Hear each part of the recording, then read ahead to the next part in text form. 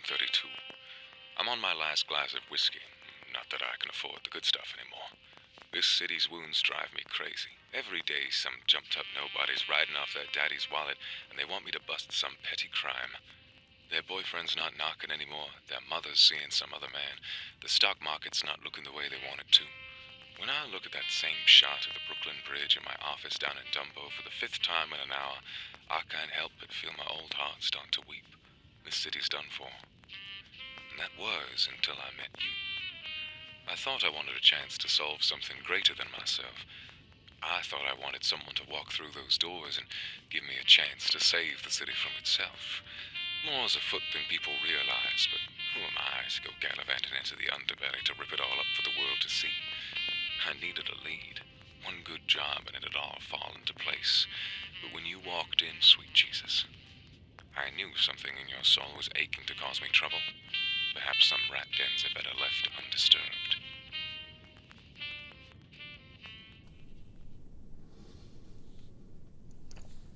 Well, come on in. Why don't you go ahead and take yourself a seat? It's been a long day for me, you know. I've been trying my best to solve a number of cases, as you can see behind me, but I've made some special time for you. So, I'm here to understand that you have something of a mystery on your hands. Well, I'm happy to say that I'm here to help. My name is Detective Akuma. I've been working in this city for a long, long time. I assure you, in spite of how long my day might have been, you're in very good hands. So tell me, please, have a seat. Do you like a smoke? No? Suit yourself. Tell me, what exactly is it that you've run into right now? Describe it to me in as much detail as possible, and remember, I have an iron stomach and a brave soul. None of these details are going to make me upset, darling, so spill it all to me right now, as best you can.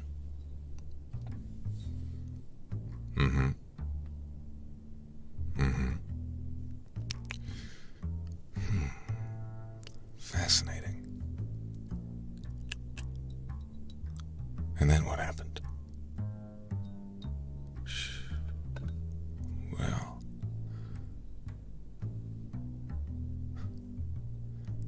if that ain't something insane. Right, and so what happened next?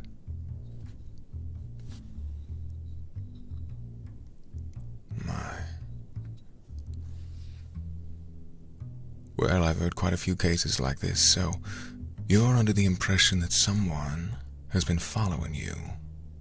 Am I correct, or am I the one who needs to be corrected?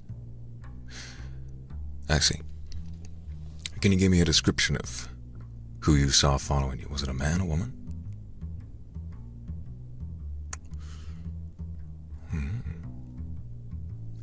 I need more details. Come on, details. Can you tell me about their hair color, skin color, height, build?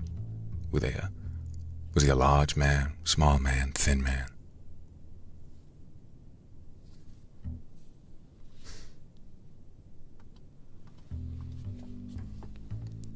Oh, interesting. Now that is troubling. If the man you're describing looks a lot like me, then, well, how would you be able to trust a guy like me? If you don't feel like I'm the right one for your job, then, well, you can go ahead and, find a better detective if you don't think you can trust me. But I assure you, I have not committed a crime since that terrible incident that befell me in 2003. Well, I don't like to talk about that, but my record's clean now. Just a coincidence.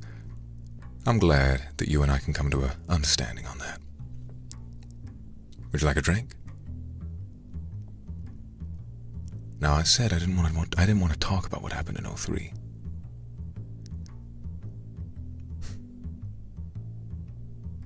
You best leave me to my business, and I'll leave you to yours, unless, of course, it's business that you ask me to investigate.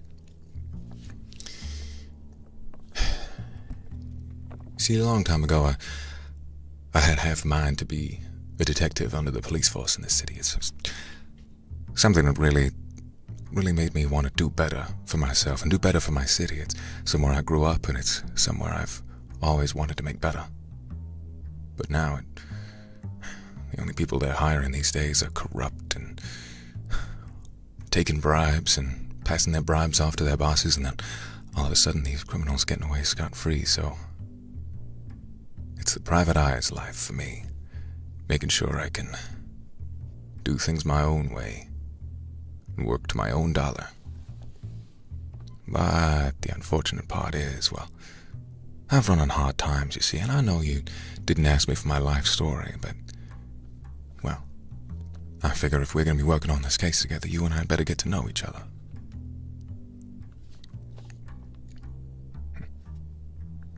I understand.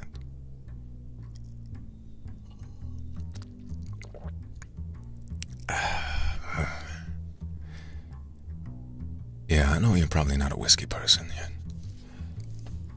Turned the drink down when I handed it off to you, but, well, it's a sign. I'd like to have one of the more expensive kinds, but as time's gone on, I've not been able to afford any. My job has not turned out to be the greatest paying thing in the world, but at least I feel like I'm making a difference, So, I understand you might be sick of my belly aching now, so I'm going to ask you a question. And you would best tell me as many details as possible. You were walking around in the dead of night, which, in a city like Brooklyn, I have to advise is not the wisest idea, especially in an area like this. But you were, as is your right, I suppose. You were. And then you saw someone following you, and as they followed you, they seemed not to pick up their speed. They were maintaining a distance and trying their best to make sure they knew where you were going. Did you feel threatened by this? I mean, I imagine you must if you came all the way down here and paid for my services. I see.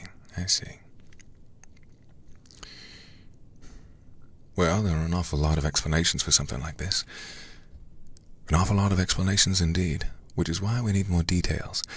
Where were you before this man started following you? Do you know where he might have followed you from? What we need to do is establish whether or not this is premeditated. Perhaps he's some creep whack job who saw you at a bar, for example. The instant he saw you, he might have thought, well, there's a fat sweetheart I can get my hands on, and he walked out following you behind, but then perhaps he felt a little upset or anxious, didn't know how to approach you, and then you got away from him. Thank the Lord, right?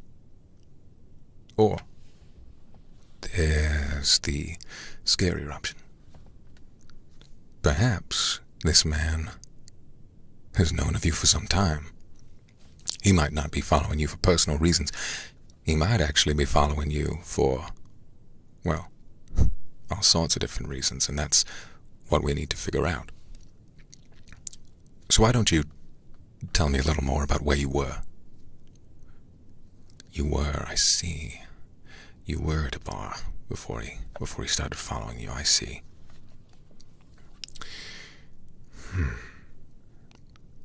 Well, that rules out. It doesn't rule anything out, per se. It doesn't rule anything out, per se, at all. Ah, I see. I've heard stories like this before. Some young performer up on stage gets the attention of some strange man who seems to have it in his mind that they have some kind of freaky connection, but the only thing this singer sees is a man with his eyes too wide who can't seem to take his eyes off someone who doesn't belong to him.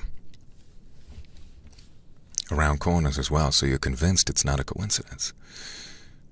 And you said do you sing full-time? And is that is that place you were going? Is that somewhere you frequent? Are you a regular there? Do they employ you, or are you an independent? You go to bars and clubs all over town. I see. Well, that is bizarre. If you're traveling all over town, and he knew where you were going to be, and you said you were only an opening act, well, I mean, I don't suppose you think you have many fans, do you? My. No, this is a terrible circumstance. I'd feel very terrified were I in your position, but of course I would then feel comforted knowing I had someone like me on their side. Oh, aren't you cute? No, my parents, they never really supported this business. They thought it was too dangerous. They wanted me to become a street cop, but I wasn't interested in furthering the opinions and the... What's that word I'm looking for? You know the word I'm looking for. The motivations, the intentions of some power higher than myself. The only power higher than myself I believe in is the life of this city, and it's going in a terrible direction because of people like that, so I'm perfectly happy where I am. I'm sorry, I didn't mean to start bellyaching again. I didn't mean to start bellyaching again at all.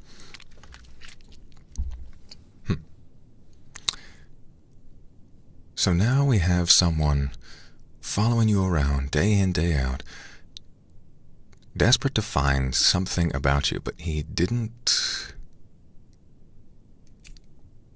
follow you into your place of residence.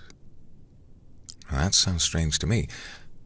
Were I some kind of crazy stalker, I imagine I would try to knock down the door, bring an axe, something similar.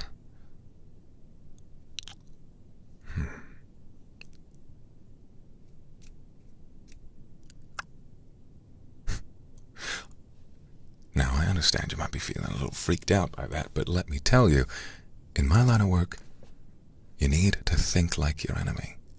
If I can't get inside the mind of a criminal, how am I going to start to understand their intentions? You best stop telling me how to do my job, all right? I'm wondering if this guy perhaps has some larger intentions. Perhaps he's not obsessed with you for some weird romantic purpose. Not interested in you in some weird romantic purpose. I think perhaps he's interested in you for some other reason, and all he wanted to know was around about where you lived. Perhaps so he could go back another time, or even worse, perhaps so he could tell somebody else. No, I don't think you've got too much to worry about, but this part of town has certainly seen better days over the last few years. Seems to have gone down quite fast. You sure you don't have any other information on what might have happened to you? Nothing at all. Haven't seen this man before he started following you? Haven't seen this man on the news? Haven't heard his name before? Well, how would you know his name? That's a silly question, isn't it? No.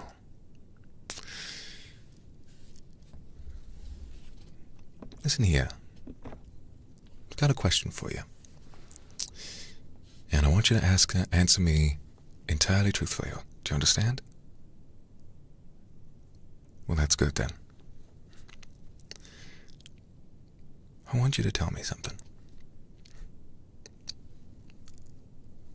Have you felt like out of nowhere your life just started going downhill, even though you were doing the exact same thing that you always did? You work that singer's job, don't you? You've had fewer opportunities recently, haven't you? The letters asking you to perform various different places in town, they're not appearing quite as frequently, are they? Yes, I thought that might be part of it. I've been working on a little theory. I'd like to run it by you real quick, if you don't mind. I'd like to propose that, now if you'll bear with me and don't think me some kind of lunatic, I have a full belief that the mayor of this city is slowly starting to replace its citizens. Hear me out. I've had the exact same problem as you, and many of my clients have had problems of a similar kind. It's been gradual, not as though I made some mistake, got involved in some crazy controversy, and all of a sudden my business became disreputable, not at all. I notice on a graph, I've been keeping track of it behind me, I solved 93 cases last year. And then this year, we're nearing the month of September now. And I've only been offered 15. Offered 15. Solved some less than that. Oh yes, I was at the top of my game last year, but it seems to be going quicker than I would have thought. Now, I don't like to believe that people are in less need of detectives because, of course, crime is just as bad as ever. You look outside and you think about what you've come across recently, being followed. Of course, you live around here, don't you? Of course you do. You've seen what's been happening, haven't you? I have an idea that there's a certain kind of person. There's a certain kind of person that the mayor or some group that he's a part of, they like better than they like us. And they don't look different. They don't act different. They don't have different sizes or shapes or nothing. No, nothing like that. I think they're just part of the gang. You understand?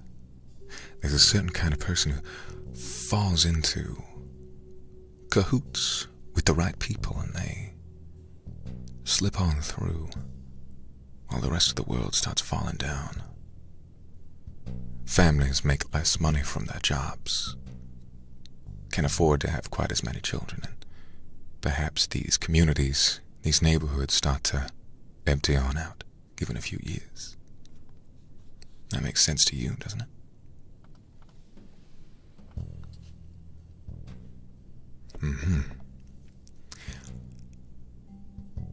Here's what I'd like to propose to you. And you may find me a whack job, but I'd like you to take this somewhat seriously if you can. The man following you didn't attempt not one single thing, did he? Was he well dressed?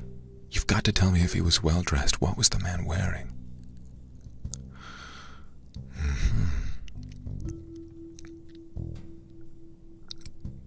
Now, I know you're about to say that sounds similar to what I'm wearing. How many men in Brooklyn have you seen wearing a coat like this? Yes, it's about 90% of the men on the block, but you are describing a man who was very well kept, just as I would have imagined. Describing a man who's so well kept, yet why would he be following you around, desperate to do something? To do what? Now I ask myself, someone well kept must be doing well for their money. And if my theory is correct, if people doing well for their money are in some kind of gang around here, well, riddle me this. Perhaps this is all a part of slowing down your business. Think of it this way. You, sweet young thing, desperate to make a career in singing, right? You've been working and relatively successful, getting letters, requests from bars, clubs, etc. for all sorts of years in your career. But now, out of nowhere, it all starts to slow down. And then suddenly you see a man following you away from one of your jobs, and you come right to a private investigator to see what the problem is. Now listen, these people, if I'm correct, these people control the news, these people control public opinion, these people control everything. So, perhaps they're trying to control people's perception of you because you're not in the gang. Perhaps he has no intentions. Perhaps he's got no idea of anything he wants to do. He doesn't want to harm you, doesn't want to break into your house or do anything unscrupulous. No. I would like to attest. Oh, darling, I think he's just trying to get inside your head. I think he's following you around, trying to put this idea of you being stalked inside your head, and so you feel too scared to go outside, too scared to take the few jobs you're being offered. Perhaps you're a special case. Perhaps you've been working so hard in spite of all they're doing to push you down. And so then when you become a recluse, someone who doesn't want to go outside or work, and you're convinced that if you go outside, you'll be followed yet again, perhaps that's their way of pushing you down. Why you? Why you is a good question. Like I said, perhaps it's all because you aren't content to lie down and take it with your belly in the air. You understand? Listen.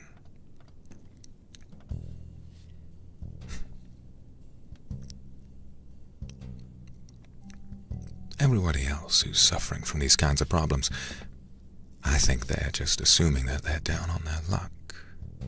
Think about a store owner. Lives down the street. He's a very good, honest, hard-working man. Family of 3 or 4. Used to run a very successful shop, selling food to everybody on this neighborhood. But then, this year, fewer customers.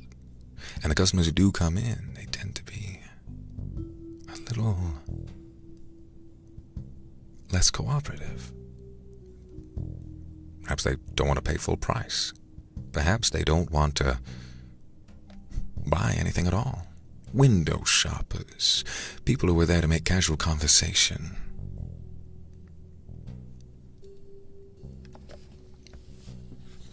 A boycott, perhaps he would have been boycotted, but I think this was an honest man with honest practices. I don't see any reason people would want to stop visiting his store, unless they were being influenced from somewhere else. Perhaps the people who were there, who would normally be shopping for that food, maybe they just aren't around here anymore. Brooklyn's not good enough for them anymore. Brooklyn's not the kind of place where they can make the living they used to. Family homes, family traditions, all gone because they can't afford shit. Pardon my French. Fascinating. Well, if you've an interest in supporting me and my theory on your little predicament, I would like to take it forward. I think this could be a good piece of evidence.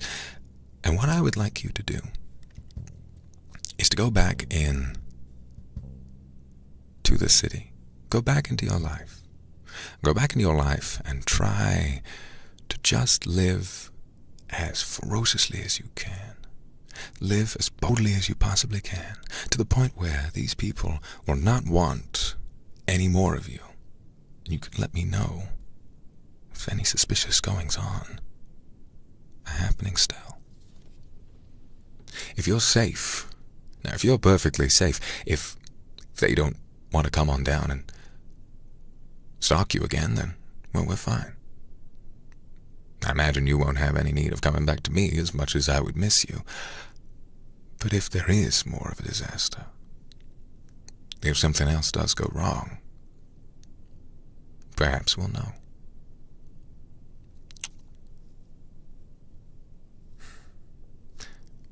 Wonder what I might do. Run some kind of a experiment.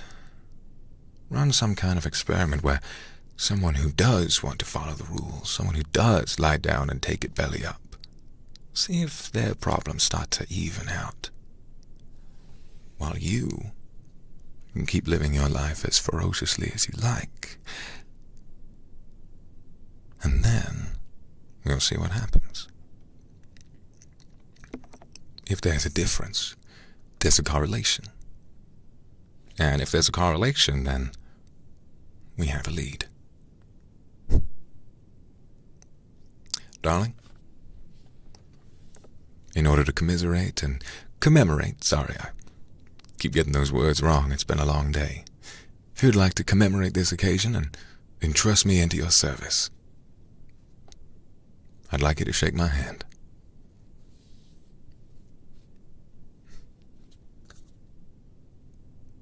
Very good. Very good. All right. Remember what I told you. Head back on out.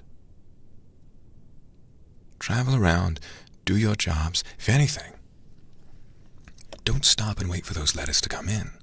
Don't stop and wait for the letters to come in. What I'd like for you to do is seek out somewhere to work. Seek out somewhere to work. Go somewhere you've never worked before, somewhere much more high class than you would have been performing this year. See if they'll take you. Become even more of a problem for them. All right? Good. Good. Well, I feel this meeting is concluded, and I'll take everything I've learned and I'll try to write it up into some kind of dossier, and then once that's all done, we can see what this is all about. So, thank you very much, and best of luck out there, darling. I pray they do not do you any further harm. I'd hate to see something awful happen to you.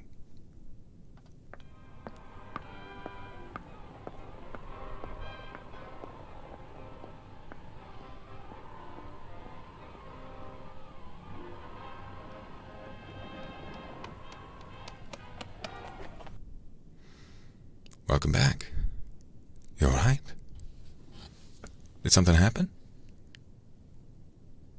Oh, darling, why don't you take a seat next to me? Why don't you take a seat next to me? Tell me what happened. My, you're not the calm and collected person I met just 2 days ago, are you? I'm so sorry. I'm so sorry for everything that might have happened. Please, dry your tears. Dry your tears. I know you must be scared. Dry those tears and tell me what it is that you've been dealing with.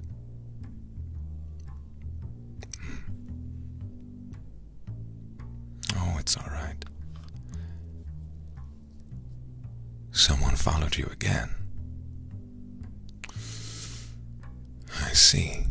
Someone followed you again, and then what happened? Someone followed you again, and then they stopped outside your house. You're sure that didn't happen as well last time?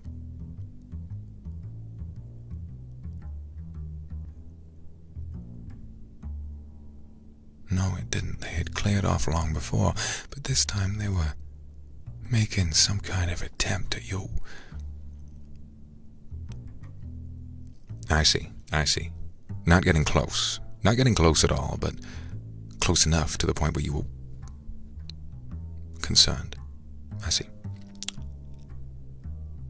So they definitely know where you're living now. It's just as I suspected. I don't know what this organization is called, but they've singled you out. They've singled you out. And all they're going to do now is continue to give you a hard time. They're going to continue to give you a hard time for as long as they possibly can until it is that you go belly up like the rest of them. Gosh. Oh, no, I know you're upset. I know you're upset. It's all right. It's all right. You're allowed to cry in front of me. I won't give you flack for it. Well, now that it seems that you're in danger, I'll make sure that whenever you go outside now, I'll tell one of my boys to always be nearby.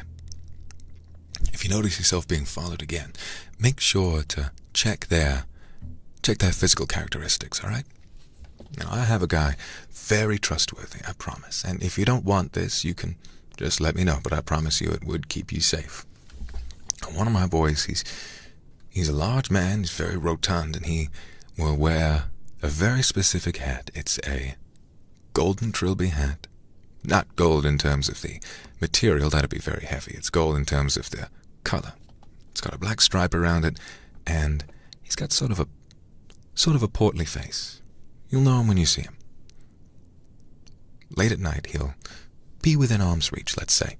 He'll be around you, and then if you need a hand or if someone gives you trouble, he'll always be there to step in and pretend to be some kind of innocent bystander. But he'll be easily recognizable, so you know you're not getting followed by someone suspicious. Well, you know you're hiring the right person. You know you're hiring the right person, and I want to thank you for giving me your trust. Even after this awful incident has happened to you twice now, this time worse than it was before. Was it, now this is important, was it the same as last time, or was it somebody new following you? This will help us narrow down who we might want to get some details on.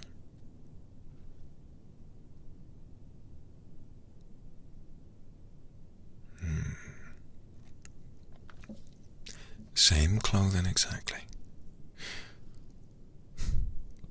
Well, in that case, it's a good chance it's the same person, but regardless, if it wasn't the same person, it sounds like they're from the same organization.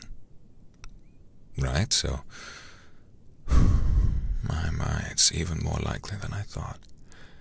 Even more likely than I thought. There's something really suspicious going on with this. They really have singled you out, and when you didn't allow them to bully you into submission, they wanted to start bullying you even more. What is this city coming to? I grew up loving these streets. Grew up with people that I loved, people who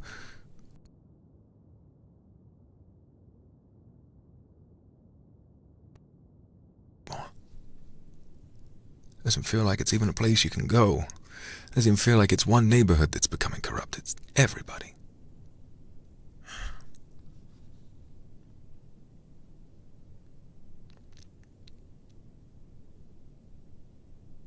Everything all right?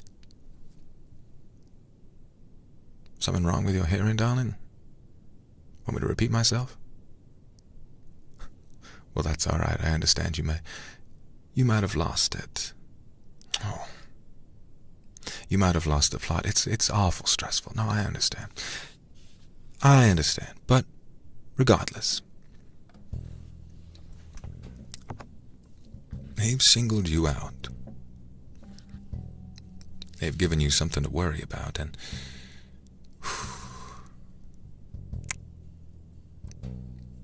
I wish I knew how to stop them, but I think they're bigger than me.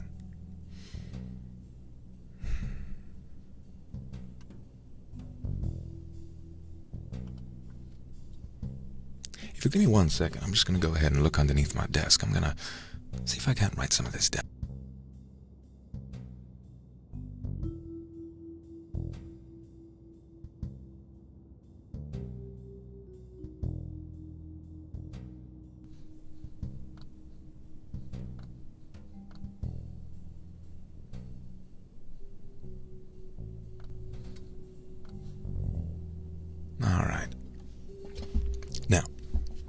I was saying, as much as I might be emotional about the state of this city, and I might be emotional about what I grew up in and who I used to be, what I used to be able to do, that's not going to help you right now. What is going to help you right now is someone who's able to keep track of all of this, and I'm going to try. I'm going to try my very best. So,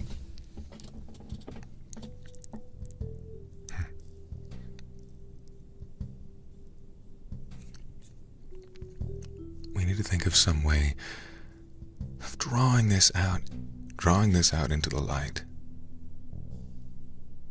But only so much. Now, I say only so much because I want to keep you safe. I want to keep you safe because, well, you're one of my clients. One of my clients who came to me in a time of desperate need, and look at you. Teary-eyed, just wanting to do your work the way you want to do it. Being accosted on all sides. I am sorry, my darling. I am sorry for what this city has done to you. But I won't let it happen again. By keeping you protected, and by continuing to tell you to do what you've been doing all this time, I think we might have a chance at getting them to be a little clumsy.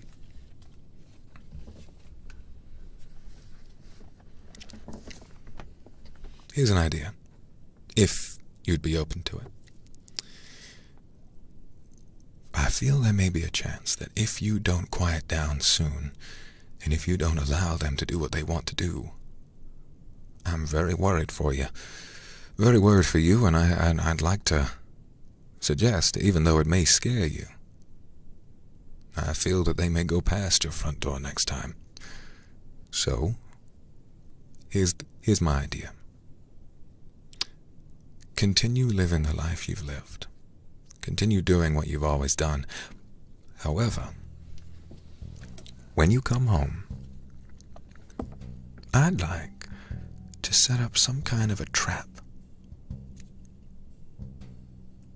I don't think they'll see this coming, so let's rig your front door. I'll teach you how to do it so you can do it yourself. I'll set it up and you can make sure that it's ready whenever you're out or whenever you've come home for the night, as that seems to be a bit of an MO for them, a trend. Very good. We'll rig the door handle so that should someone come knocking, should they try pushing that door down, whether they break it down with an axe or whether they fiddle with the handle to see if you left it unlocked by accident, we'll know. It'll set off an alarm. They'll go running. But what they don't know is that their fingerprints will be left on that handle. And from there, we can start to establish a link. More people have their fingerprints registered in this city than you might think. Or perhaps you would think that. Given that you've lived here a long time, I imagine you might not be terribly surprised, but even some of the highest people in this city, they have skeletons to hide. And with those skeletons come criminal records, and with those criminal records comes fingerprints. I'll be able to cross-reference them in the lab, and, well, we'll see what happens. Yeah, I know a guy. I never understand all that sciencey mumbo-jumbo. Pardon me. Oh, pardon me, it must be the cigars I've been having. I'm sorry, darling.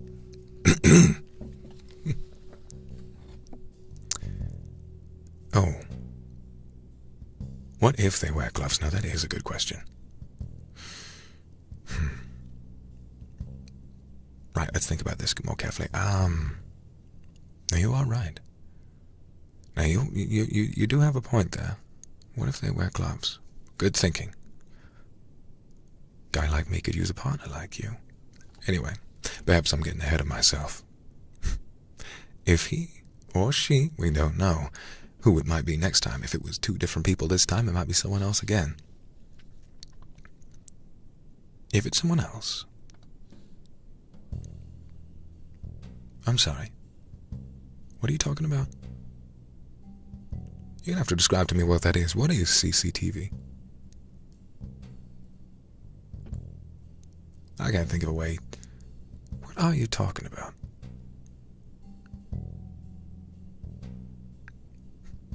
Well, you've got quite an imagination. You've got quite an imagination for that, but I have to tell you, I don't think that exists, and if it does, I certainly don't have access to it myself. Oh, sweetheart, you've got a fantastic imagination, but if that's about to be invented, I don't think it will be for another, well, quite a few decades from now, it sounds. I don't think a wireless television would be able to work in that way. But regardless, there's something else we can do. Now, the door example works, but what if they're wearing gloves? Clever, clever. So, let's try something else. There are many ways to ID a body. Many ways to ID a body, whether they're alive or whether they're dead. So, and I'm not saying we kill anybody, of course, but, you know, it's all a part of the same gig, forensics. Hair fibers. Now, we'd be in luck, unless, of course, the person following you is bald. Of the last 2 following you, they didn't happen to have hair, did they?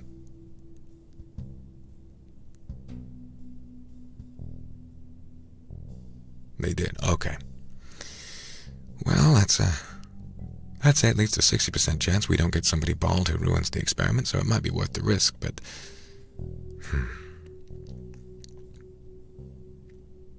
Oh, now here's another option.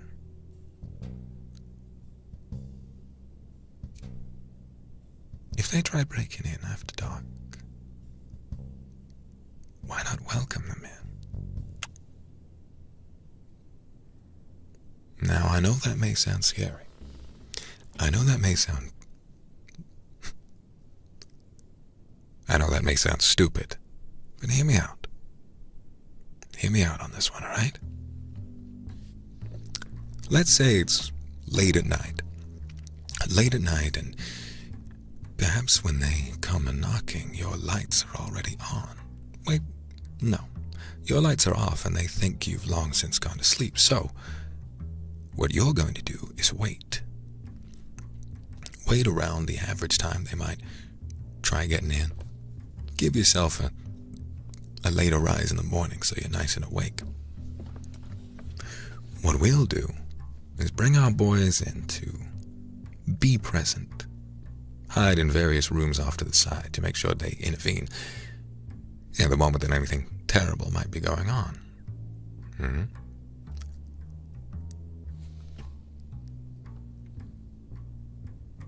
But what you'll do, lounging around your pretty self after a long night of singing, head on back, crack open your cabinet of drinks and just start relaxing. Read a book. Oh, I can't sleep. Oh, sir, I can't sleep. So, when you hear the door rumbling, here's the idea. Imagine they are not. Now here's the kicker.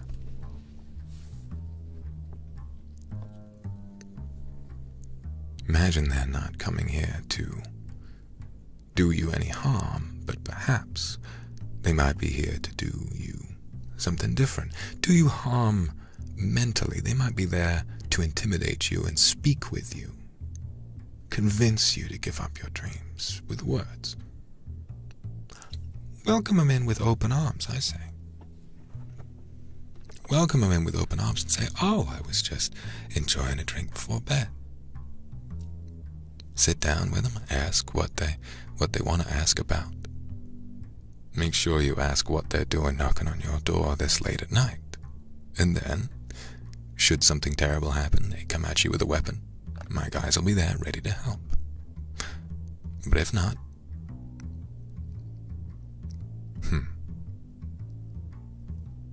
a sweetheart like you feel about wearing a wire. So whatever they say, we'll know. And if they say something wrong, well, we'll know and we can follow it onto our next lead. Oh, I understand. Oh, you poor thing. No, I get it. This world of criminal underbellies and wearing wires, it's terrifying, isn't it? It's terrifying, isn't it? Well, I want you to know that I understand everything you've been going through with regards to all of this. You spend long enough as a private eye, and people start to get a little bit of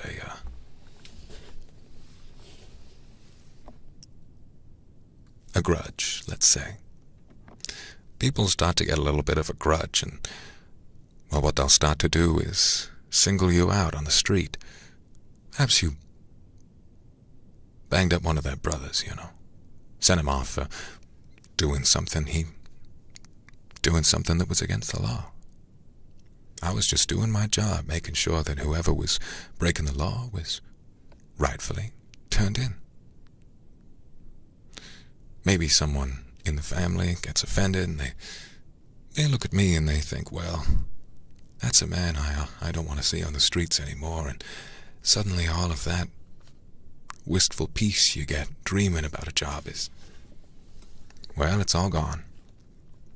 Man, I know you'd never do something like that. I know you'd never do something like that, but I want to assure you that now that you're in this, business, and now that someone out there has reason to give you trouble, it'll be difficult for you to go back to normal. You understand, right? This is a different world. And whether you like it or not, I think you're a part of it now. Well, you could. You could. Should you feel too scared, maybe you could leave. Leave it all behind.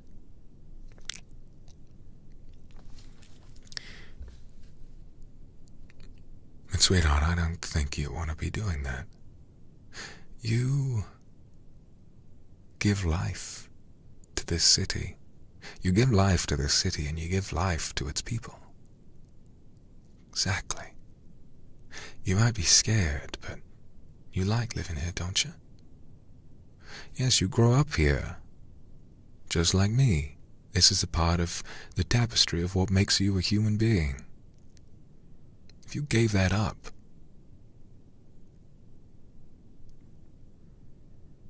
well, I think a part of you would die, and you don't want that.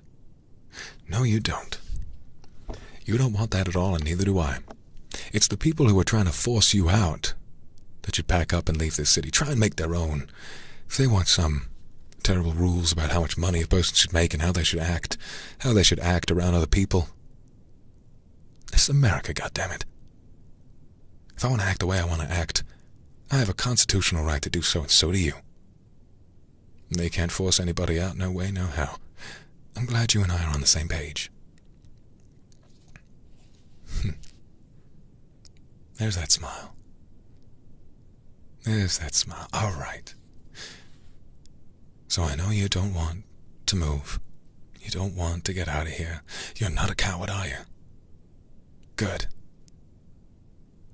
So you and I can make this work together. So we have our plan. You are going to go home tonight after work. After work, you're going to go home tonight and you're going to be just normal. Unbothered, unworried. Remember, one of my boys is going to be watching you all the time to make sure that nothing goes wrong. And when you get home, someone knocks on your door, someone fiddles with the door handle, you make sure you bring them in. And once you've brought them in, give them the works. Ask them, You know, I've been seeing some people following me around.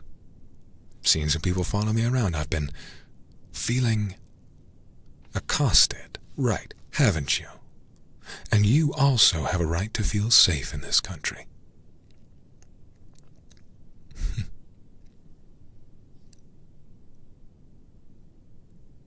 Good.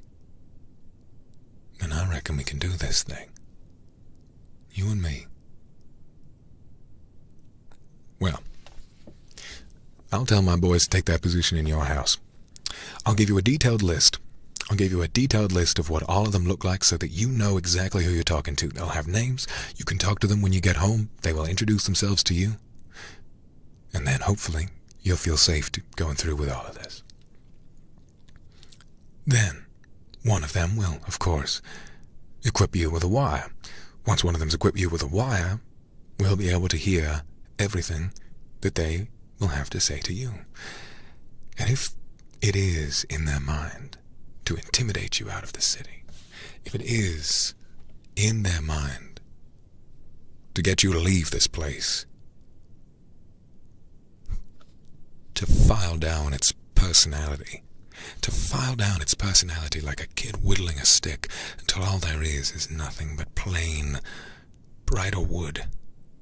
No rough edges, no people making it what it needs to be.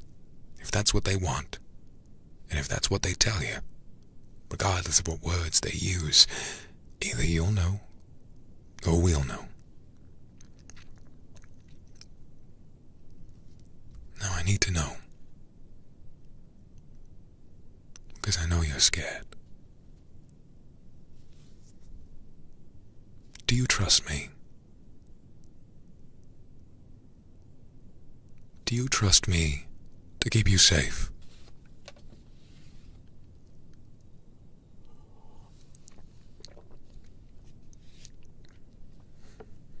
Well, that's the most important part. I can promise you that the only one who signs off on this plan and makes it go ahead, well, it's you. You're the only one who can give us permission to try and catch these motherfuckers. And so, regardless, what we're going to do is try our best to make this work. You sure you trust me?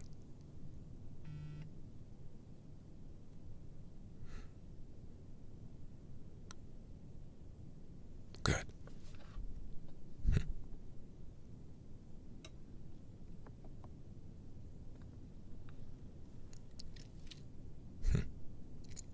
What are you thinking about?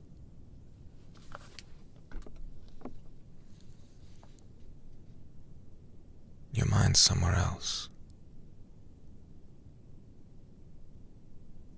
I need you to focus for me, all right? Worried about it, how it could all go wrong. Well, why don't you and I do a little bit of troubleshooting, shall we? Why don't you and I try and figure this out? If this person has nothing on their mind but violence, my guys will be there. Closer than you might think, and they'll tell you, too, exactly where they are. I'm sure we can find all sorts of places. I'm sure we can find places where there might be a closet one can shuffle up into. You have stairs. Closet under the stairs. Exactly. Of course, they'll be hooked in and listening to every single word that they say, and every word that you say. I have a plan. Hear me out. I think what we should do is give you a little bit of a code word, right? Let's give you some kind of quick phrase that you can say without arousing any suspicion whatsoever. Something that will slide right in. So will slide right into your conversation. So, if this person is giving you problems, perhaps we'll know immediately to bring the guys out, bring her to justice. And then, once that's all taken care of, well, what word should it be? You're offering them drinks, right? Let's try to make it something you're not going to say accidentally, okay? Worst of all, something that they might not say accidentally. Now here's an idea.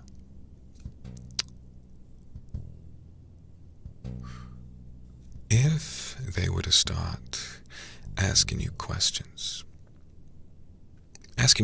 about yourself, asking you questions about the kind of life that you lived, trying to convince you that lying down and taking this is a good idea,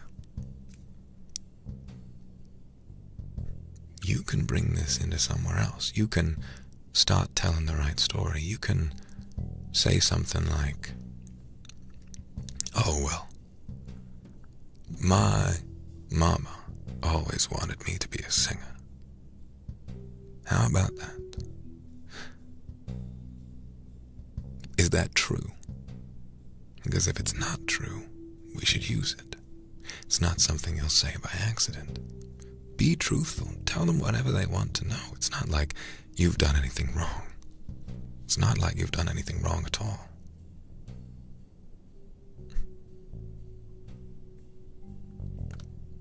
Exactly. My mama always wanted me to be a singer. Nice. That's a good one.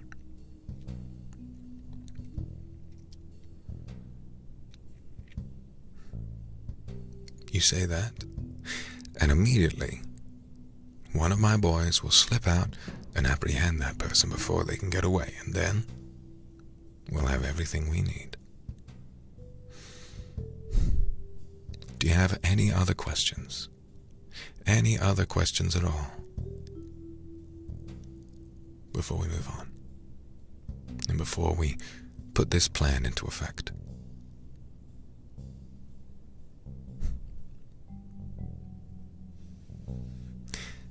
Now that's a good question. If the conversation doesn't evolve there naturally, what you can do is appear emotional, wistful. Zone out, perhaps. Look away. Look away and sigh.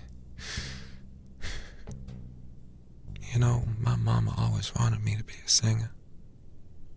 And then you've got him.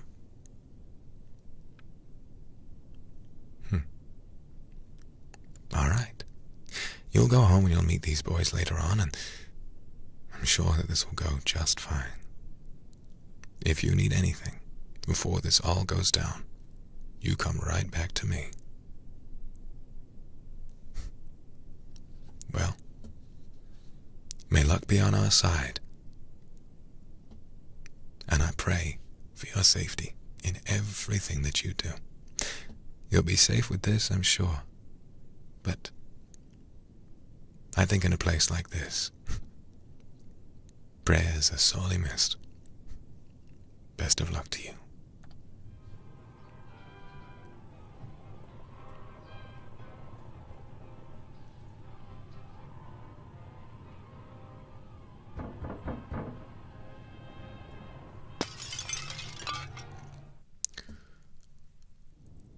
What do you mean? What do you mean it's worse than last time? Sit down, please, tell me what happened. The boys didn't give me any kind of results from the wire. What?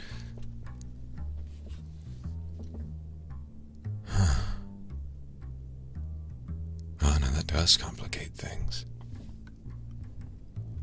Now that does complicate things quite a bit. So what you're saying is, nobody knocked on the door at all. They didn't knock. They didn't fiddle with the handle, try to get inside.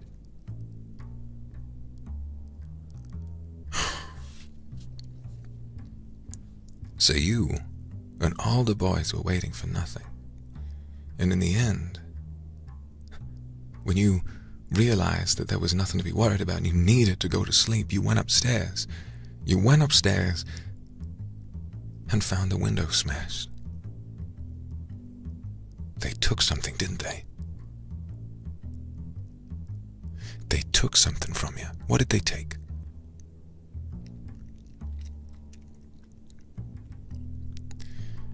Oh, darling. Oh, darling, I'm sorry. It's always a necklace. And it's one you keep right next to that window, isn't it? Yes, of course it is. Oh, it's always a necklace that someone's just a little too careless with.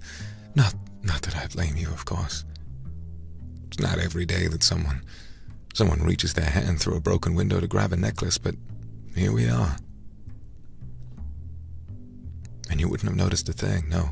Physical characteristics, you heard the window break, and by the time you got upstairs, it was all gone. No, I am sorry. Gosh. I think this whole idea of...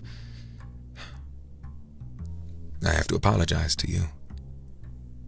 Now, I have to apologize to you because I think that this whole idea of telling you to investigate them wearing a wire, I think we might have gotten off on the wrong trail. I think we might have gotten off on the wrong trail very early after we left the station. I think perhaps they didn't intend on going up there at all. We didn't cover many of our bases whatsoever. Gosh, I'm sorry. But you agreed with me at the time, didn't you? You agreed with me that at the time, it seemed like a really nice idea, right? Right. It was a nice idea, and as scared as you were, you wanted to see it work out. Well, I'm sorry. But what this does tell us is something else. Now hear me out. Why a necklace? It's valuable, right? Now I know this may be a personal question. That necklace didn't happen to have any personal significance, did it?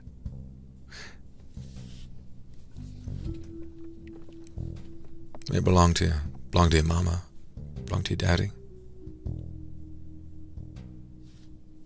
Oh, of course it was. See, this is the game. This is the kind of game that they like to play. This is the kind of game they like to play where the more you push back, the harder they will push back at you. You see, what I think their idea was, subtly and discreetly, to just grab something, disappear without a trace. But it has to be something that'll set you back. It has to be something that'll set you back so far that you won't ever want to visit this city ever again. Not only was it something significant to you personally, but it was something valuable.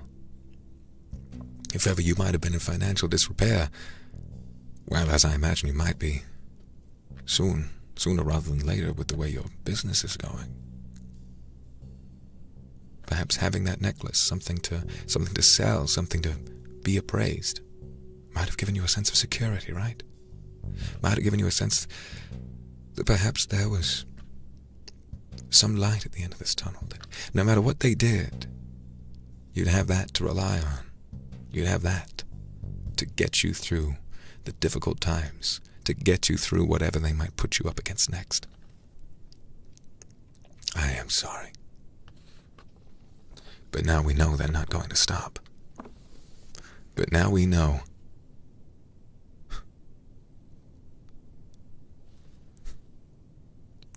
I think they're beginning to declare war on you, and perhaps I won't be long after. Now,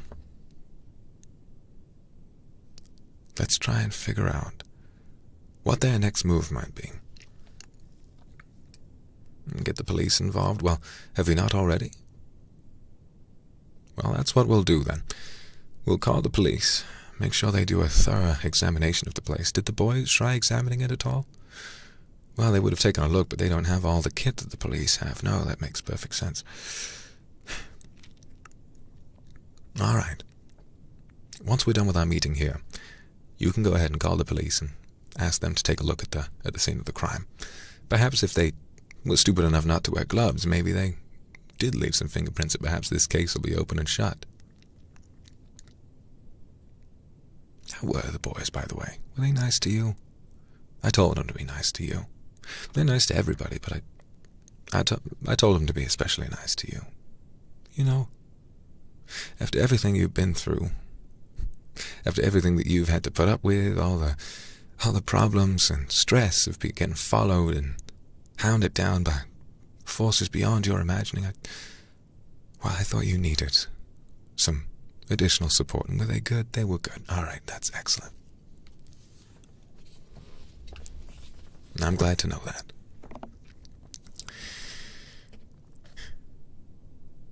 Well, typically in times like this, if they can't get you, no, I understand. Perhaps I should have been there. But it's too late now, I'm afraid. Perhaps I should have been there, and I should have been there to support you in that moment, but no, it's too late now. What we have to do is figure out our next moves. So, given how much danger you might be in, if you don't stop now, I fear they may put harm not just to your belongings, but to you as a person. So, what we ought to do for now,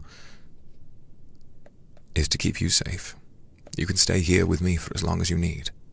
Stay here for as long as you need, and, well, I'll get my boys to look after the house, and perhaps they'll be the ones who deal with the police when they arrive to do an examination. If you'd like that, you're more than welcome to stay as long as you like. Good. Now, I have I might have another theory. It's the kind of thing that a lot of these businesses, a lot of these high-up organizations like to do when someone's not cooperating. When someone's not cooperating, what they like to do, if they can push you down, they'll push down someone close to you. You live alone, don't you, darling? You got any friends in that building? Any family who live in the neighborhood, or any streets nearby?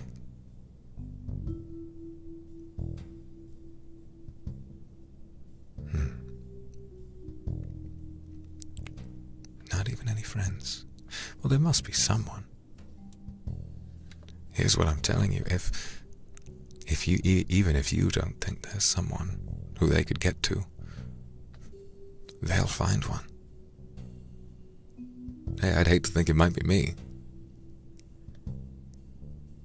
Oh, yeah, see, there are those cogs turning. Who might it be? Who might it be who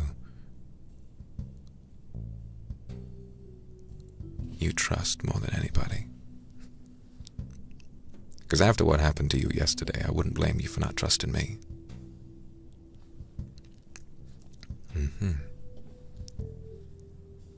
Of course. It's your upstairs neighbor, isn't it? What's their name? Is it a man, woman?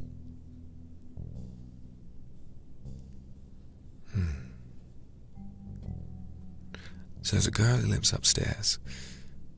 And you two don't talk too often, but you do sometimes.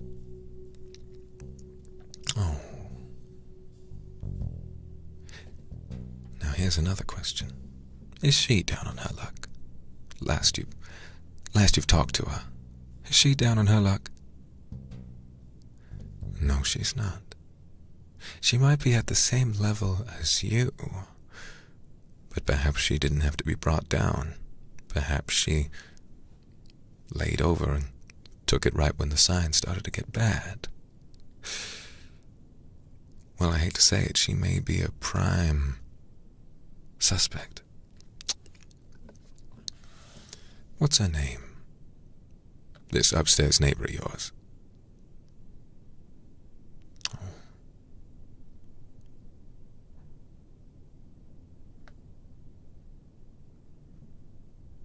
I see. It's a nice name, is Nancy. Well, in that case, I think we don't have to let her know, because the more that she knows, if she has given in to these types, the more she might wind up telling them. Let's not put her in any unnecessary... Let's not put her in harm's way. If we put her in harm's way, then of course we might be culpable, and then... Well, the police wouldn't just be looking for the guy who stole your necklace, then. After that, I'm afraid they'd be looking for us if something happened to poor Nancy. So, we're aware now that she might be in danger, perhaps. Okay. Well, in that case, what I'll do is I'll tell my boys to keep an eye on her as well. Make sure that she knows someone's always got her back, you know. But then she might get a little worried. We have to protect her without her knowing she's being protected from anything. Fascinating. Well, perhaps she won't be in any immediate danger. I doubt they would rush straight into something as terrible as, well, I hate to say they might do harm to her. I'd hate to imagine they might do harm to her, but what they might do is just start messing with her in ways she can't handle, ways she isn't prepared to handle, nor does she deserve to handle.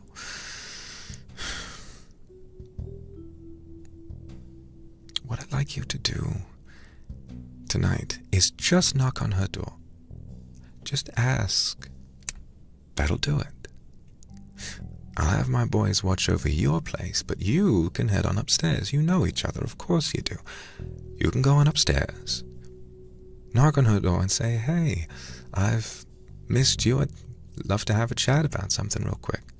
You can go on in and share a drink with her, and then perhaps anything that goes wrong might be subject to the pair of you being there. And then, of course, it's a little more difficult for someone trying to do her some harm. While, in the meantime, those boys will keep an eye on your room, where the necklace might have been, and the rest of the house as well. Perhaps we'll have one per room. Make sure they can't smash any windows. Right. No, that does make sense, doesn't it? This whole mystery is getting me caught up in such awful ways, I tell you that. This mystery, it's just...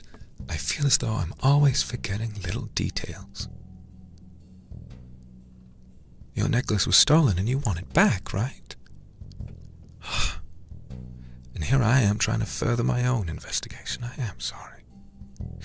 We can try to get that necklace found, and, well, I'm pretty sure we know why they took it. It's valuable and it will undermine you as a person. No, that makes perfect sense.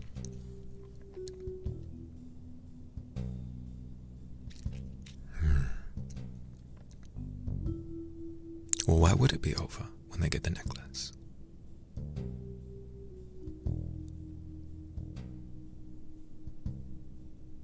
I don't think they stop at that. They're not going to stop because, my darling, you're not going to stop. You're not going to stop being yourself, and you're not going to leave this city, are you? No, you're not. So, in that case, I imagine they will keep trying. I imagine they will keep trying to get you out of here by any means necessary, and we won't let them, will they? We won't let them.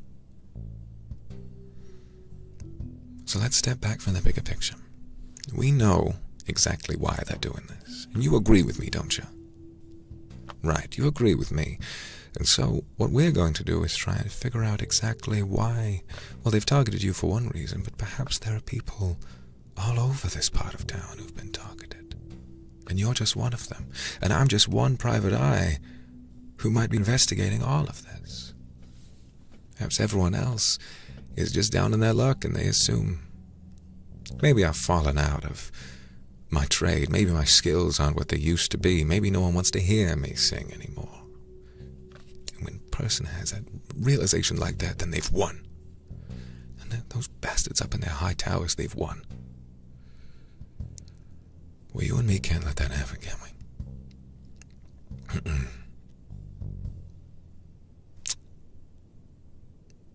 So let's take a step back. We'll try and ID whoever would have stolen the necklace, see if there's somewhere they might be able to track him down to. And once we track him down, we'll be able to see if we can't get it back. This is just one of those things that might take some time, but we will do our best, I promise. And we'll work with the police on that one. And then as well, we should also try to figure out where they're following you from. Because if they're following you from somewhere specific, perhaps you might be safer if you can avoid it. But then, of course, well, they know where you live now. I don't think you're going to be safe for a long time. I don't think you're going to be safe for a long time at all.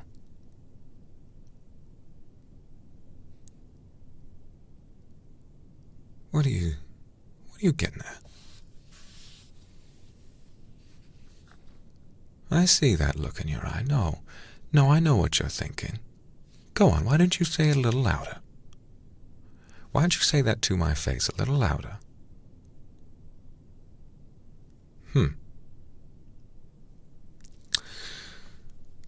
Right.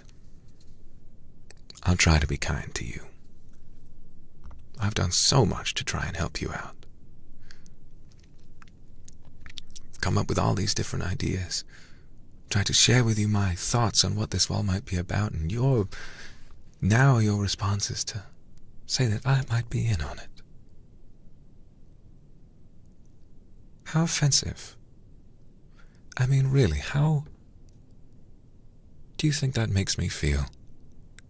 How do you think that makes me feel, darling? Do you think they haven't done this to me, too? Look at my office. Look around. Look around you right now. If I was in with them, don't you think I'd be up in some ridiculous corner office, overlooking the bridge? You think I'd be in some shitty little brick house, ground floor in Dumbo? Of course not. They'd set me up good, wouldn't they? But they haven't, because I'm not going to let them. And I'm sorry for causing you doubt. I know I'm not the greatest detective in the world, and, well, you can see that now. I've done my very best, and I might not have succeeded yet, but we will. But if you'd like to keep working with me, then I would like for you to apologize to me.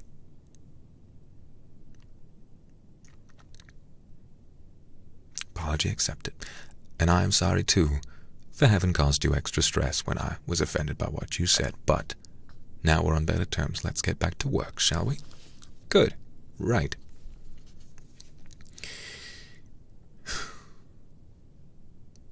No, you're right. This kind of speculation doesn't get anybody anywhere. Do you have any evidence to assume that I might be involved in some way other than trying to help you catch this guy? This guy, these guys, this group of guys and girls. We don't know how big this goes, darling. And we won't ever know unless we work together. What you thought began as just one man following you down the road and then leaving before you even got to your house. Well, now we're dealing with something even larger. They're targeting you. They're trying to find out everything there is to know. And next, I tell you, I've seen it happen before, and I pray to God I do not see it happen again. It will not stop with you. They will go after your friends, too. And that's what's next. Good. So you and I are going to figure this out together. And when it's all done, you've got to allow me the opportunity of saying, I told you so. All right? Very good. So, our next moves ought to be very simple. I'd like you to take the day off from work. Take the day off from work and go and talk to Nancy. When you go and talk to Nancy, I want you to keep things very, very vague, right? Very vague. If you're at all specific about this, well, there's a chance they might flag her as being someone who knows about all this, and then suddenly they'll have reason to mess around with her too. Just talk about things you like to talk about. Talk about things that are fun to you. Talk about what you did last week. Talk about what you've been doing for work. Act as though, like she thinks, your life is completely fine. Talk to her for a while. And if nothing happens, you head back. I'll be right outside. And I'll take you on home and keep you safe. All right? Well, that's good then.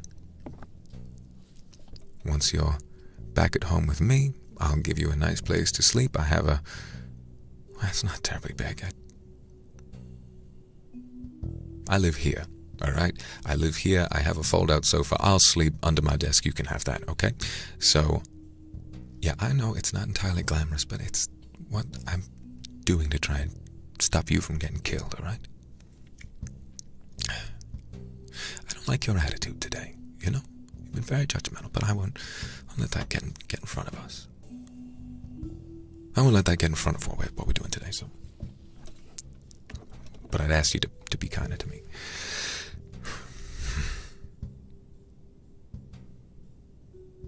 I'm not sure what else we can do after that.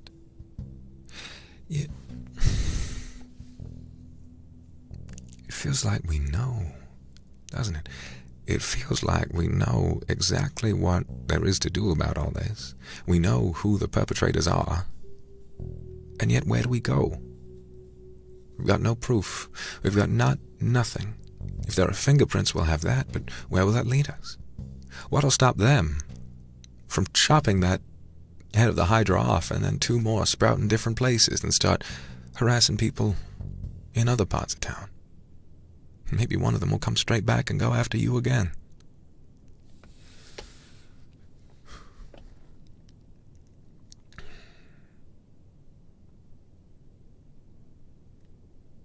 Oh no, I wouldn't think about that. Remember, Nancy can't know. She's too far removed from everything that these people are trying to make us do. She doesn't know, and she's happy not knowing. She's comfortable up there. But you're not, and that's why they don't like you. What do I know about Nancy? I don't know nothing. I know just what you've told me. She's a woman you like who lives upstairs, and she's kind, and you don't think she's going through much in life, and so you're happy to keep her away from all of this as long as you can make sure that she's safe.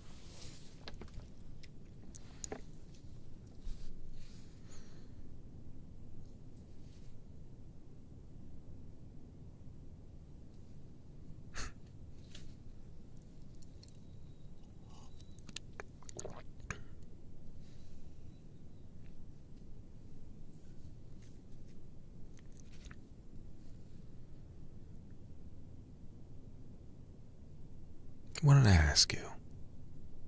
Why? You're giving me this look again as though you don't have faith in what I'm doing. I've given you all my time and attention, and you seem to act like there's something wrong with me. You're welcome to walk out.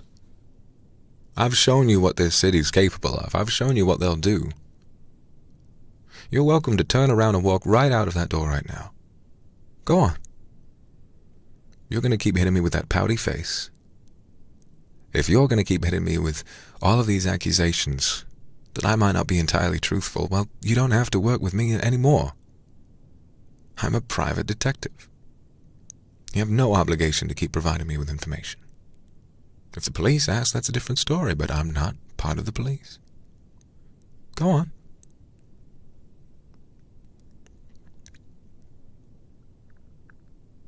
I'm offended.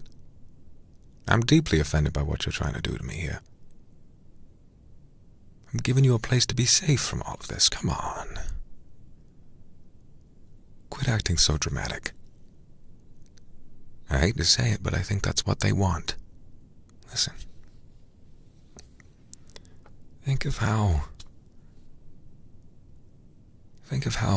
they want you to feel. They want you to feel alone. They want you to feel like no one's going to bail you out of this. And when they find out that you've been, trying to get to the bottom of this with a private investigator, well, learning not to trust him it's just a part of that game. It's always been a part of that game. And it will be until they get you. I apologize if I have made you feel in any way as though I am untrustworthy. No, I understand.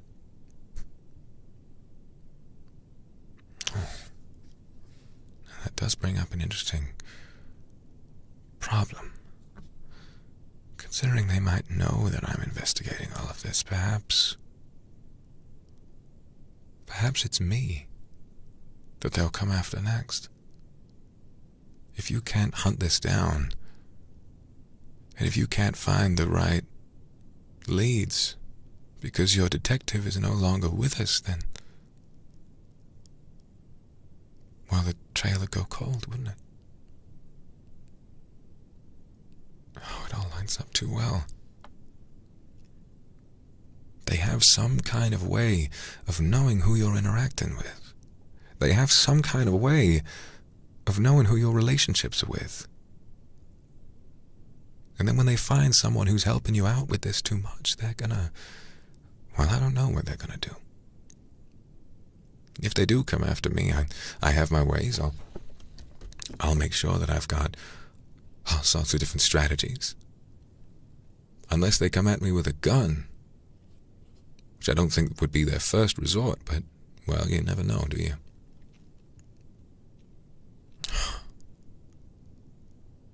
Of course I'm armed, yes. I'll be able to defend myself as best I can, but, well, I don't want to be put in that situation now. I don't want to go home and suddenly be responsible for winning in a gunfight.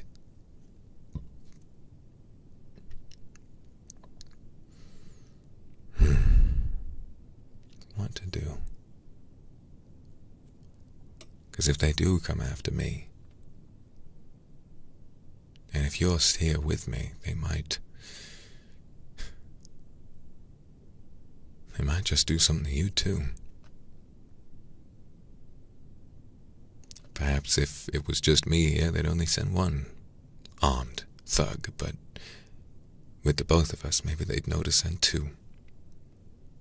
Gosh, they're clever. They've always been this way. They're always thinking of little ways around any way you have to protect yourself. It starts just going down and down and down and down and down until all you've got left is yourself. Just like me. Well, at least I've got you now, but I'm praying I do not lose you over the course of this. No, I understand. It makes sense that you might be concerned because this all just keeps getting worse and worse, but they're more powerful than we are. They're far more powerful than we are. They've got strings to pull. Oh no. Oh no, that would make sense, wouldn't it? Why would we call the police if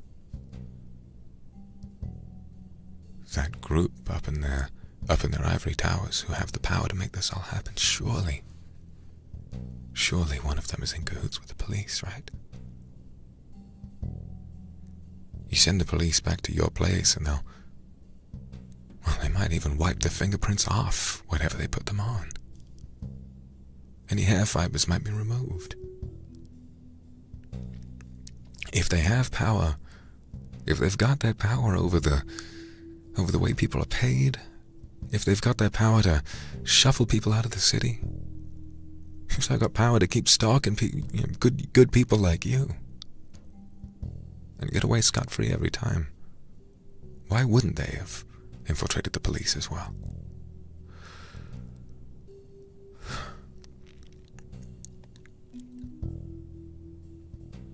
I think there's only one thing we can really do about it, and that's just to... No, we can't give up now. We can't let them stop you now. They must have some reason for wanting to do this to you. You've got to be something they don't like.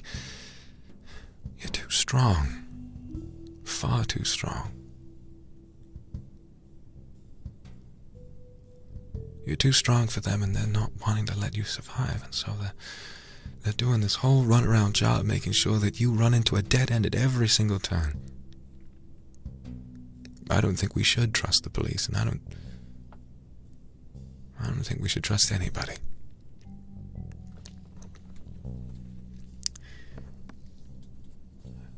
Now, I have an idea.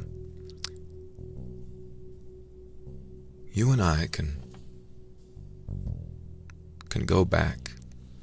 How do you feel about this? Just let me know. You and I can go back, and I don't think we should try and get a wink of sleep. I think we should stay awake and anticipate something.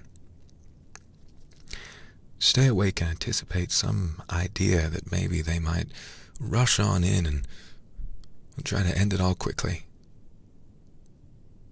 See, here's the problem. I don't think they want to kill you. I don't think they want to kill you at all. What I think they want to do is avoid making you a martyr. You understand? If they kill you, perhaps the system will start to unravel. Your mysterious death might ruffle too many feathers. She had no enemies, They had no enemies. They had no problems. No reason to get involved in anything. And then people start to imagine, where might they have gone? What would have caused this? They were careful, they were everything.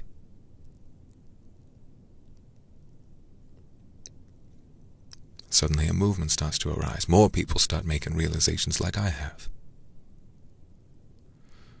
And then maybe you become a symbol to them. So, I don't think they want that. I think they want to just break you down and get you to submit.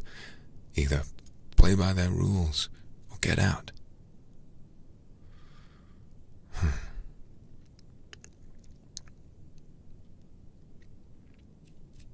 So what do we do?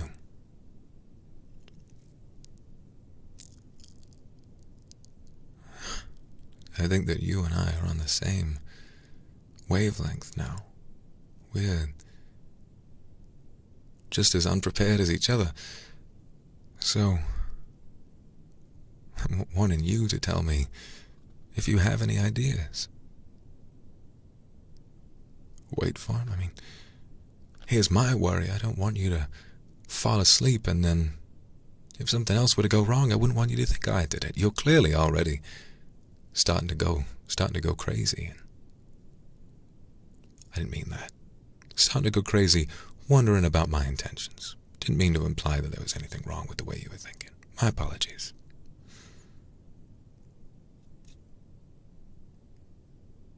Perhaps a little bit of caffeine. We can stay awake for the night. And we can wait and see if something happens. Keep an eye out on the outside and then maybe take a nap. Take a nap beforehand. That's brilliant. We'll make sure we get rested nice and early on in the day. Wait for something to happen back at your place. And then, if we're awake when they arrive, we'll get the boys to wait there as well. If something does happen, we'll be ready.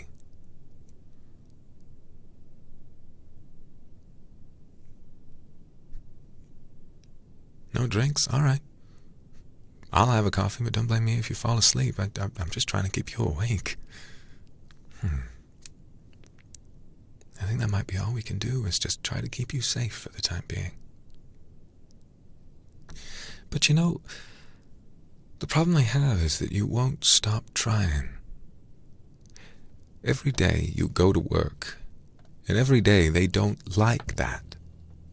They don't like how hard you're pushing to be successful, to escape from the confines of what you've made in this life for yourself, and they keep trying to push you back down. If we do just stop and try to keep you safe, then aren't we letting them win? I think we might be. If you don't go to work,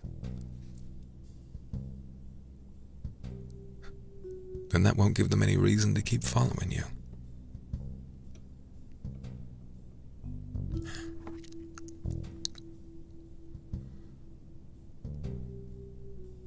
Okay. Here's an idea. By now, they might very well already know that you and I are working together. So, here's an idea. What I want you to do is go about your day and work as hard as you can. Go to a bar, go to a club, sing your heart out, and I, personally, I'll be there in the audience, keeping an eye on everything. I'll profile every single person in that audience. And then when we walk home, we'll do so together. When we walk home together, you'll be safe. No one can run out of nowhere and give you trouble. And then once we make it home, we can stay awake. We've provoked them, given them a reason to show you what for yet again.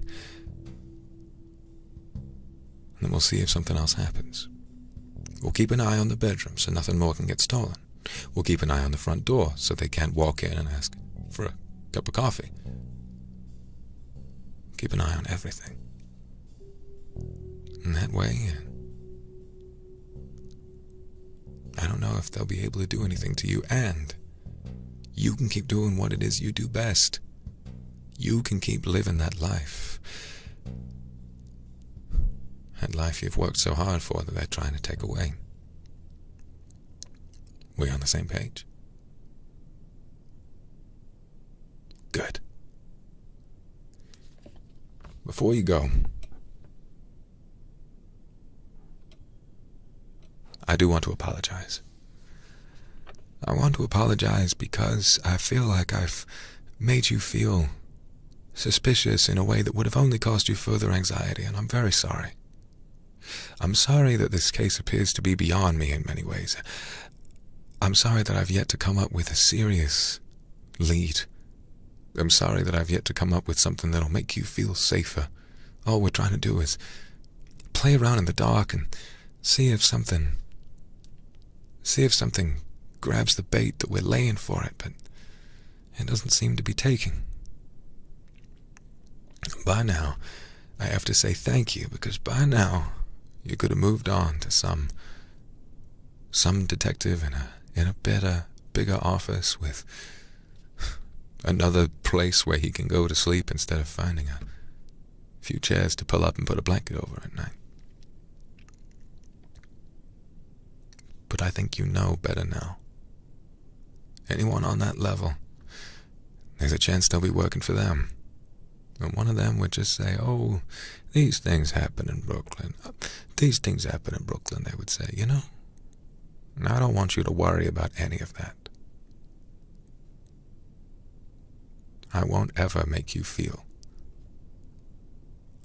like you're crazy. Everything you've been feeling, everything you've been followed by is real. And you've got every reason to be scared, and I want to make sure that you feel better about all this. Because, goddammit, I'm so upset of seeing people like you give up. So upset. I've seen people like you lose the plot and slow down and not be able to do what it is their parents wanted them to do.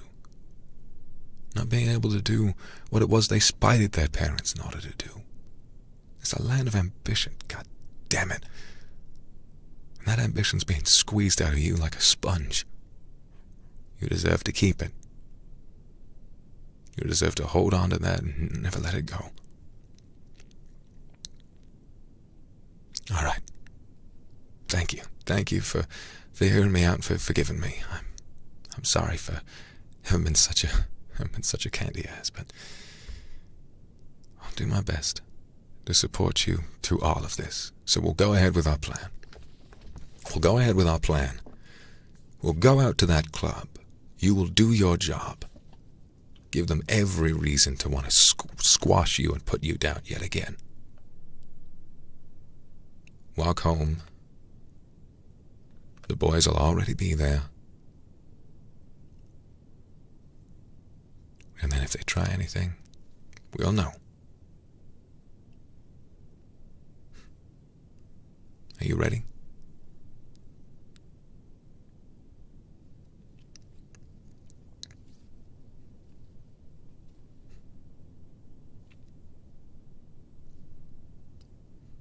Why don't we make for that door then?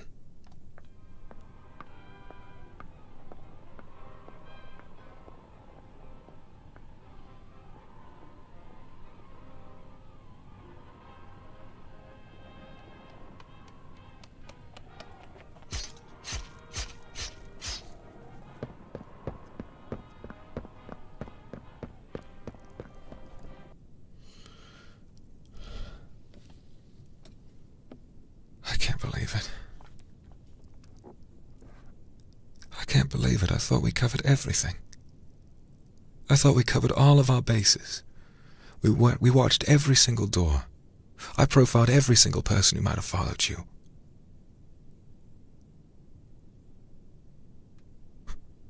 And then they didn't even come after you. No, I know, I'm scared too. They didn't come after you. They didn't come after Nancy. God. It was the one person we didn't think of. It was the one person we didn't think of at all.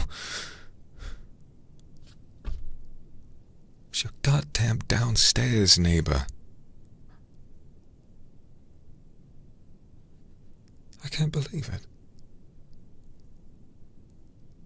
I can't believe we thought of everything except that one idea, that maybe they would have gone for somebody else. Nancy's fine. She heard the news in the morning, but... Yeah, you're right. Someone who seemingly had no connection to it whatsoever.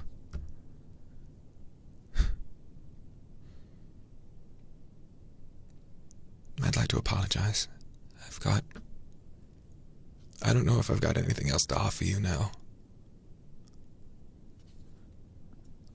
In my every attempt to keep you safe, I guess, yes, I have made sure that you stayed alive, and your friend upstairs, but even with everything, they still went after someone else. It's like they knew. If you don't trust me anymore, I admit, I've been a terrible detective. I've not known a single detail of this entire case, and I've not come across any before or since. If you want to walk out that door, maybe I think at this point it might be good if we both left this town.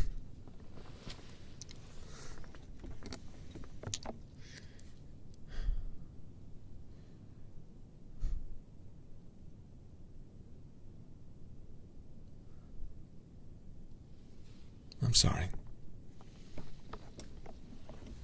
Sometimes I think these things are bigger than all of us. You know? So big that no matter how good and pure our hearts are, we can try everything. We can push and fight and fight and fight, but they just have their ways. They've got documentations. They've got lists. They've got signatures. They've got the fingerprints. They've got everything. So you try being yourself, and you try doing something that's against their vision for what this should all be.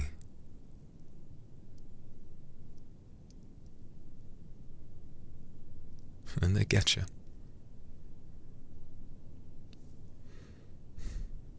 I'm sorry. No, you wouldn't want to go with a guy like me. You wouldn't want to go anywhere with a guy like me. With a guy like me, you run into some secret organization in some other city, and I'm gonna fail to find him for you there again.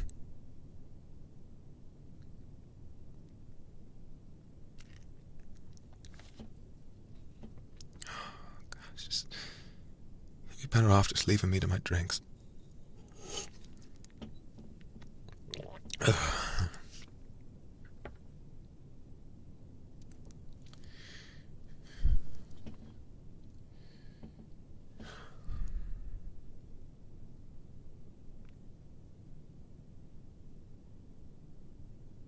Well,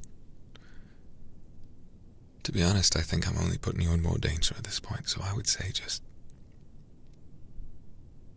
get on out of here, you know? I still have the morning paper to read, so I reckon you had better just go and try and find some other detective to take this case on. Either that or skip town, maybe. Skip town and let them do what they're gonna do to everybody else. You don't deserve to go through the kind of thing that they've been through.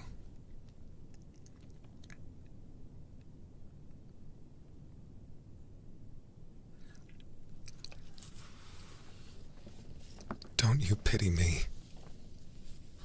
Don't pity me and my poor skills. You wish you'd chosen somebody else for this. So quit acting like you think I'm special. Now, if you'll excuse me, I imagine the news has been quite alive last night, and I would like to read it.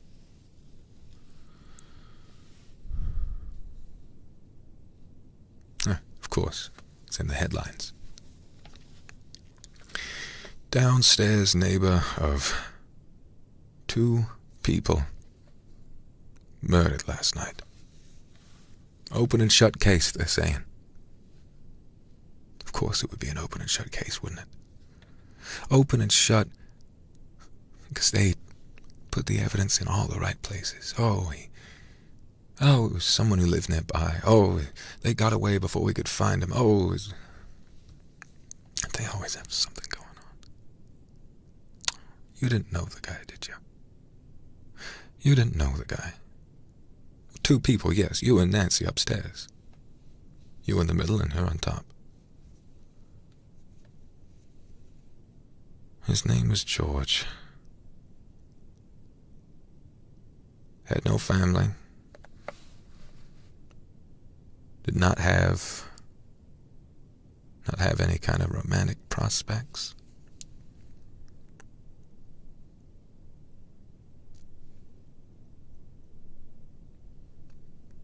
Hold on a minute. You might want to read this too. Take a look at this. In an examination of George's home, several things were found that might have pointed to a potential motive. The first of which being a necklace. I've got a picture of it. Take a look at that. That's yours, isn't it?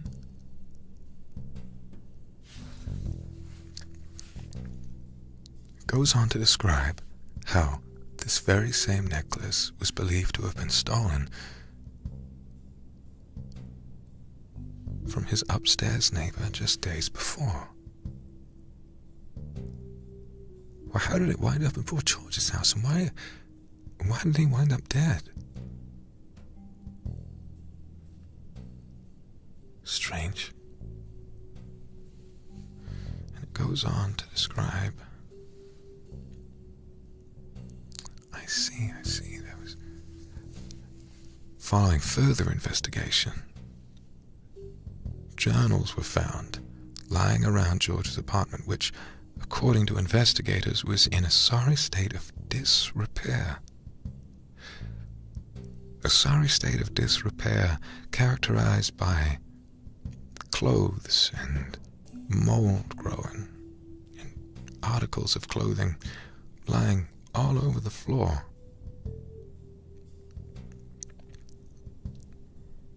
Next to the man's bed, there was...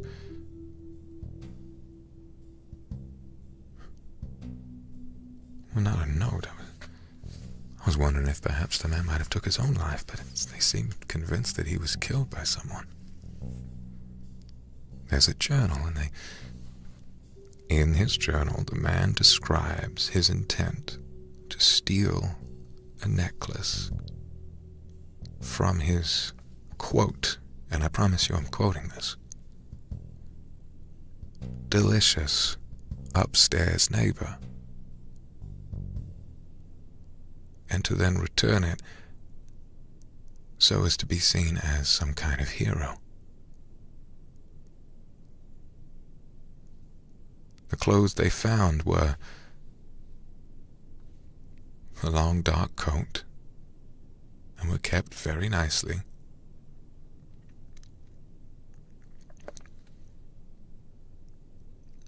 Oh, sweet Jesus.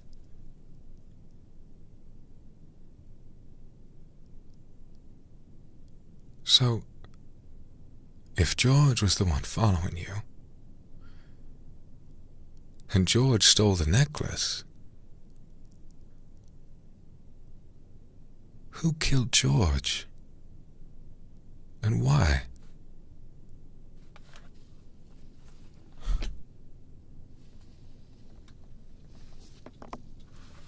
Police are still attempting to narrow down motives for a potential murder, but so far all leads are turning up cold.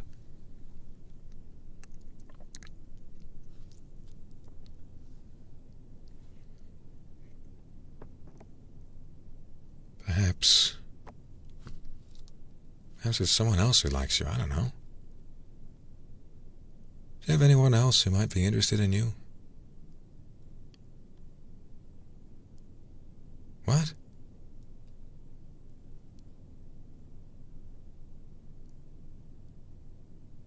No, darling, it wouldn't be me.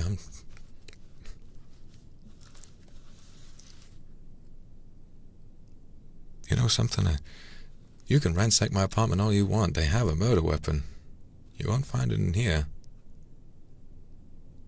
And you should know, I was with you all last night. I understand you were suspicious of me before, but how could I have gone out and done that while you and I were together the entire night?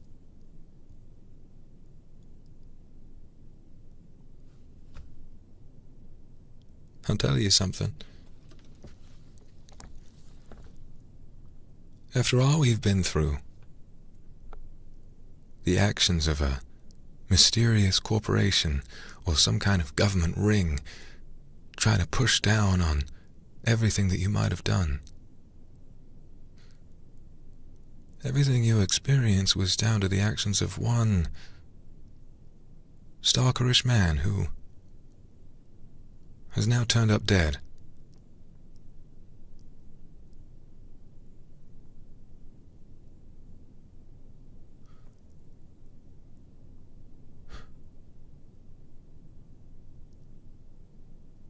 And so the case seems open and shut, like they said. Murdered either by someone else who might have had a fixation on you, but that wouldn't solve your problem at all.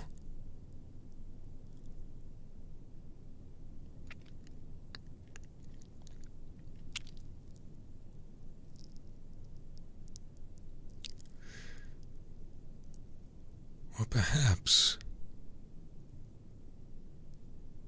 What? Who...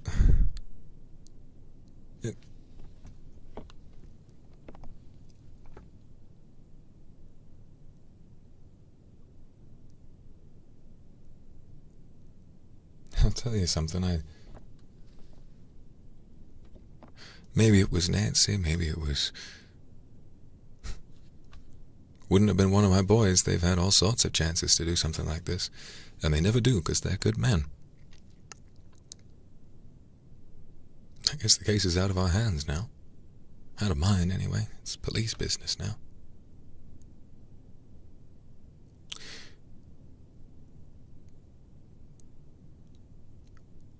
Huh.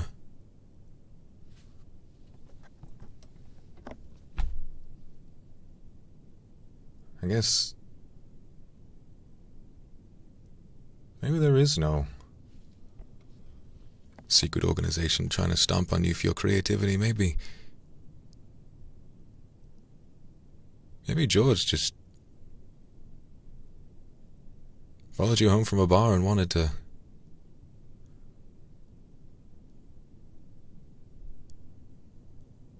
get with you but didn't know how, and he became obsessed, and then somebody killed him. Yeah, I think you'd rather deserve your money back at this point. I've been leading you on a wild goose chase. Well, if the guy stalking you is dead, I guess problem solved? Well, that's good to know then. Well, I'm glad you and I could have worked together and solved this problem, after a little while. Seems to have been less satisfying than I imagined. Well, I know. It's not that it's unsatisfying. I was just following some crazy dream the whole time when I missed everything that was going on right under my nose. I didn't even check to see if someone who knew to follow you the way you lived, to see if they would perhaps live near to you as well. You know, my mom always told me I was never very good at this detective thing.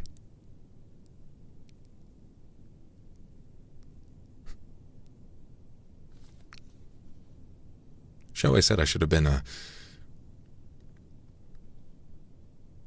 don't know, something else. I never really thought about it. I never really thought about it because I thought this was what I wanted out of life, but in the end, I don't think I'm very good at it at all.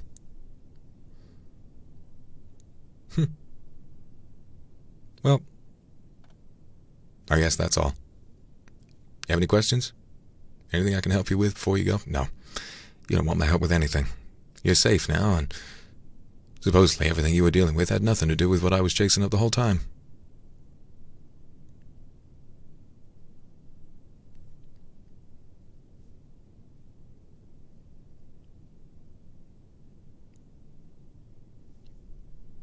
Well, go on, the door's behind you.